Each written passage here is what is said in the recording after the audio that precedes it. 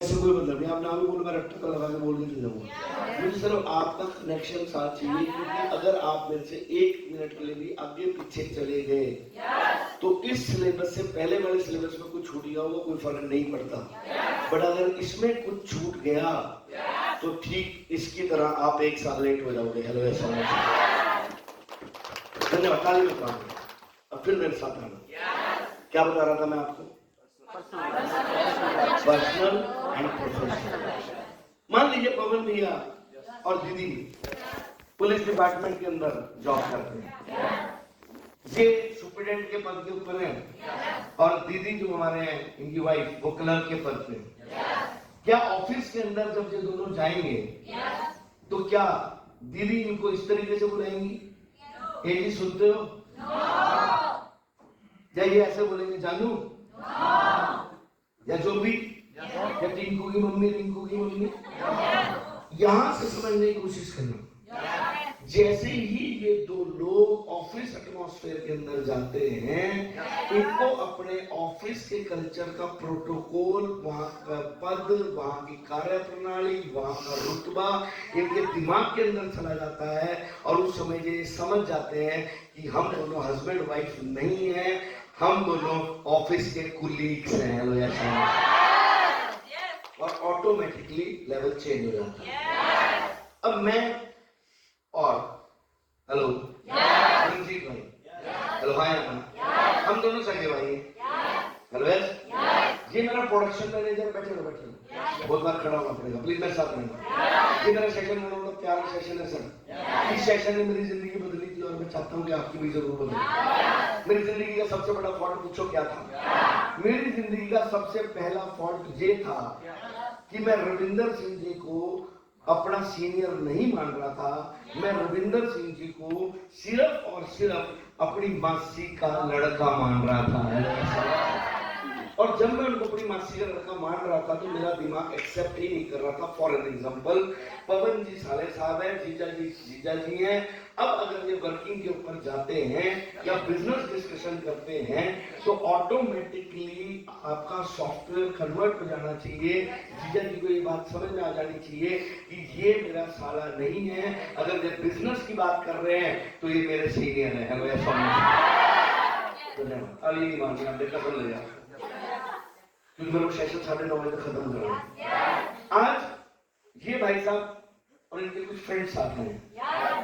ये लोग एम्प्लॉइज हैं, कुलीग्स हैं, फ्रेंड्स हैं, लंगोटिया यार है, इन्होंने बचपन से लेकर कोई दोस्तियां निभाई है। बट आप सबसे पहले ये समझना, एक स्टोरी सुनाता हूं, शायद आपको समझ में आ जाए तो मजा आएगा।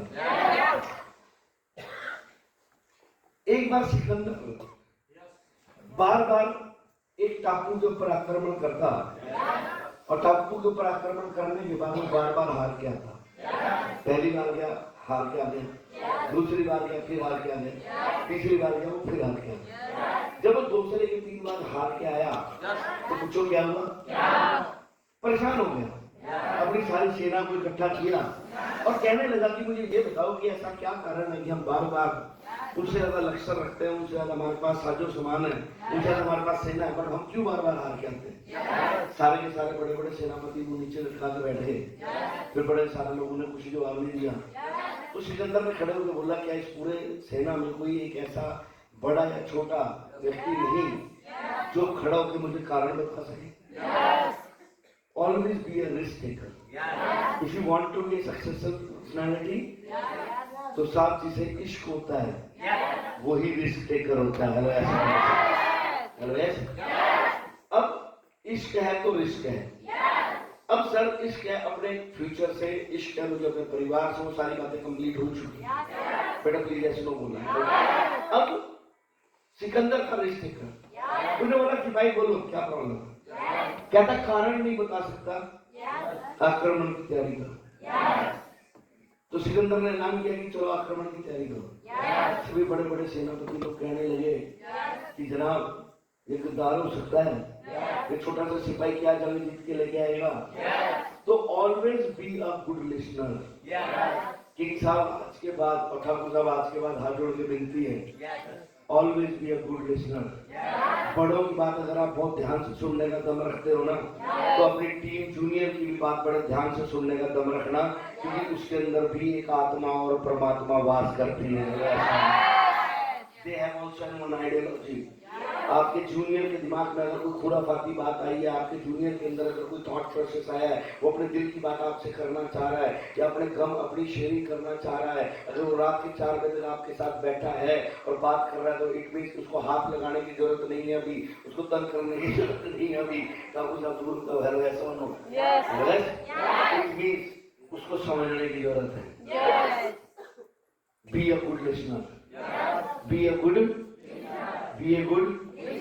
लीडरशिप बोलती है कि एक अच्छा लीडर वक्ता अच्छा नहीं होता, एक अच्छा श्रोता होता है, और जो एक अच्छा श्रोता होता है वो ही एक दिन एक बहुत अच्छा वक्ता होता है। Always be a good listener, अफसर always be a risk taker, always एक नंबर एक दो के याद करी, थोड़े दोस्तों के बैठे हैं, सारा पनीर की सब्जी तंग कर रही है पेट के अंदर।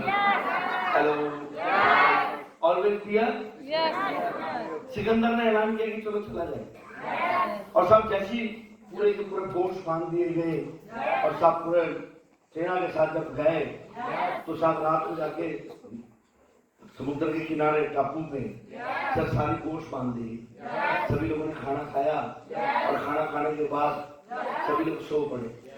एकदम से बहुत हल्ला मचने की आवाज आई, एकदम से बहुत चीखने चिल्लाने की आवाज आई, मतलब बहुत हल्ला और चीखने चिल्लाने की आवाज आई।